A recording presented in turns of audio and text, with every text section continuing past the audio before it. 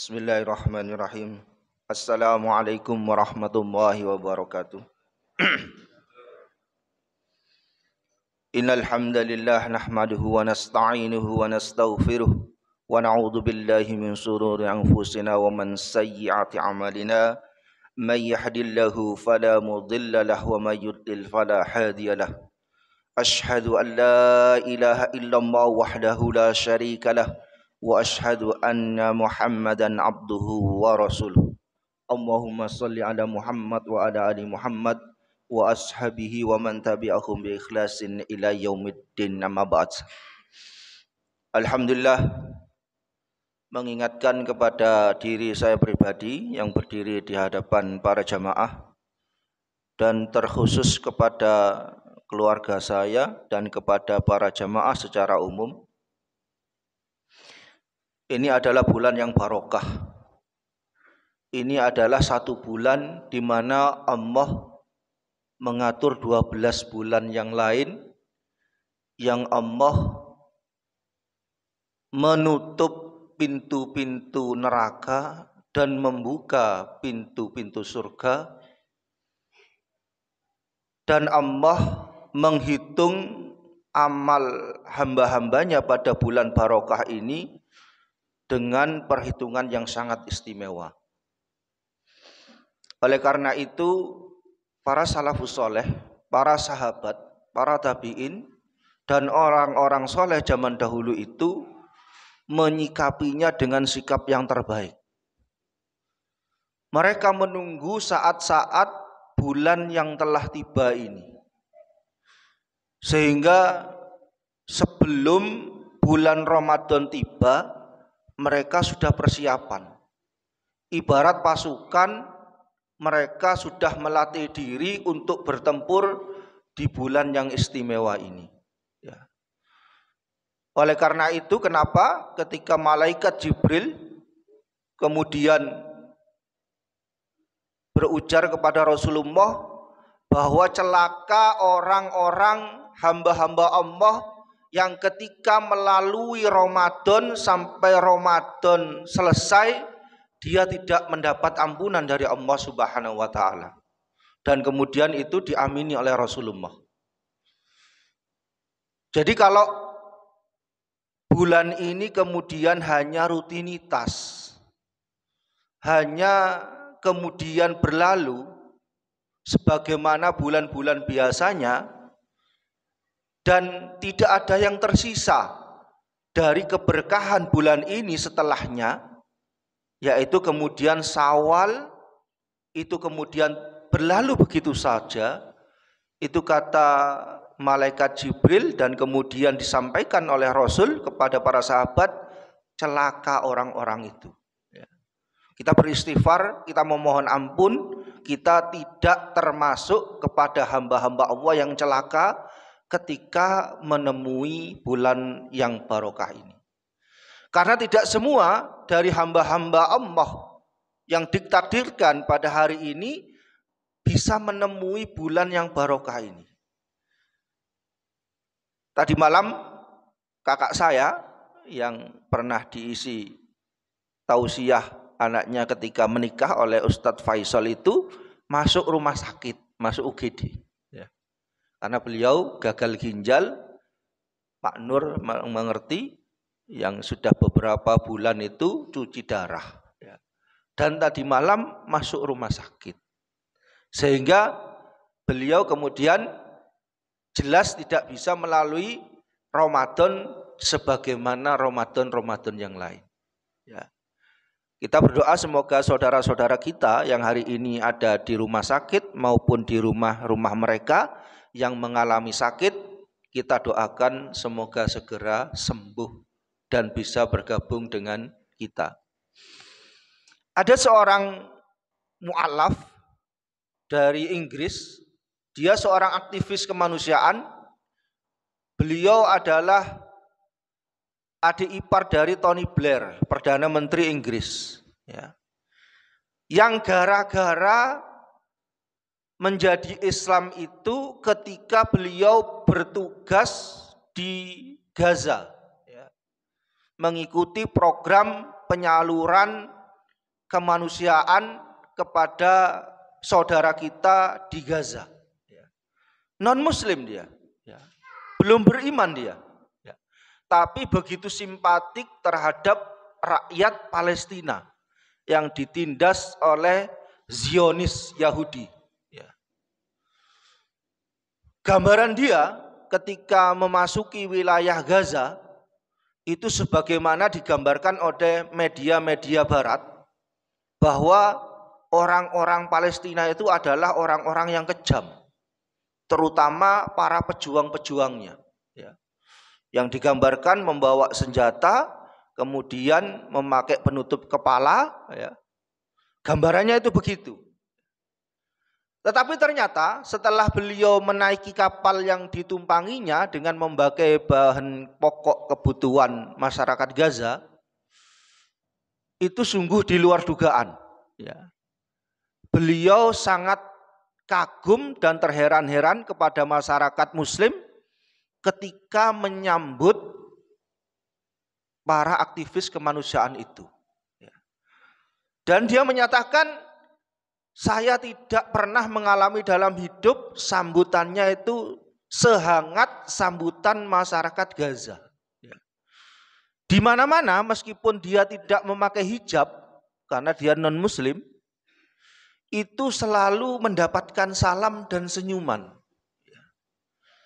Bahkan ketika beliau bertemu dengan para pejuang itu karena ingin mewawancarai tokoh, ternyata bukan persoalan mereka itu seram, tapi menjaga kerahasiaan. Para pejuang itu menutup kepalanya, biar tidak diketahui identitasnya ketika didokumentasi.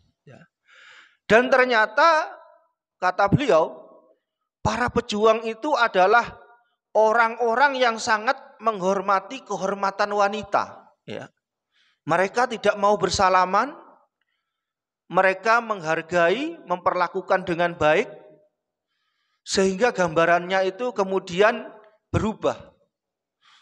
Salah satu yang menyebabkan dia itu masuk Islam, yaitu tatkala Ramadan. Beliau dijamu oleh seorang wanita janda karena sudah meninggal suaminya dalam serangan Zionis itu. Kemudian dia terenyuh karena rumahnya itu termasuk rumah yang sangat sederhana, kalau tidak dibilang miskin.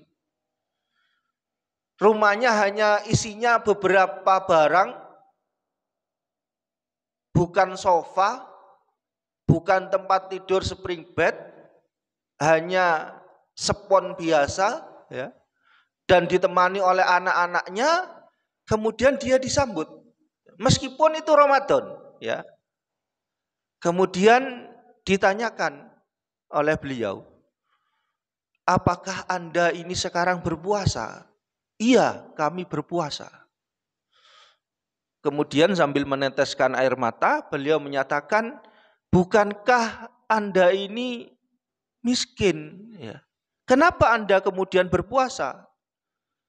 Jawabannya sungguh di luar dugaan.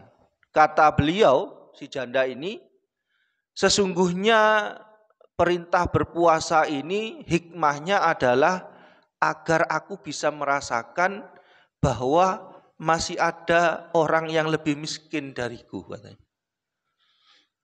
Kemudian dia tidak kuat meneteskan air mata.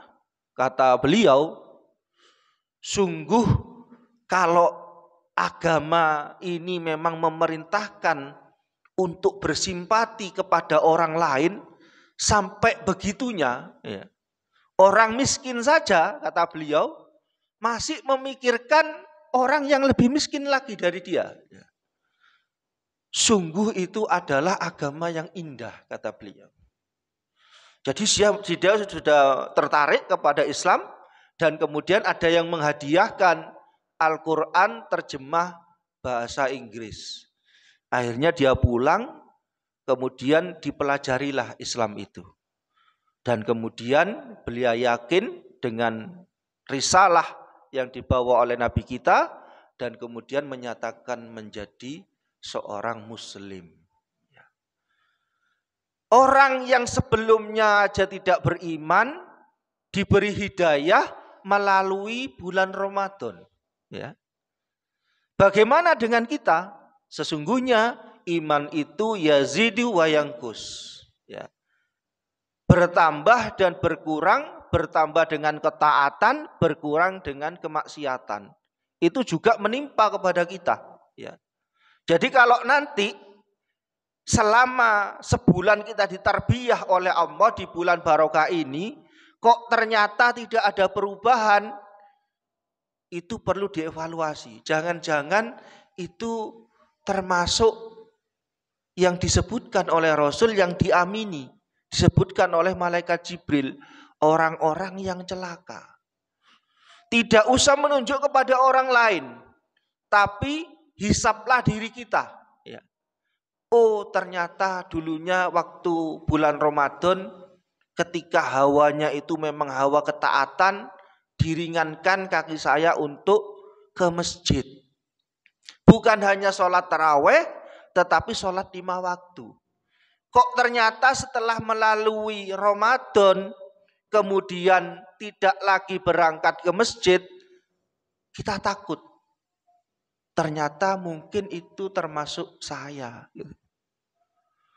Jadi para salaf itu kalau sudah di akhir Ramadan itu banyak yang menangis. Karena takut-takut tadi yang disampaikan oleh Nabi itu menimpa kepada mereka. Takut-takut amalan-amalan mereka ketika bulan Ramadan itu tidak diterima oleh Allah, sehingga ampunan tidak didapatkan.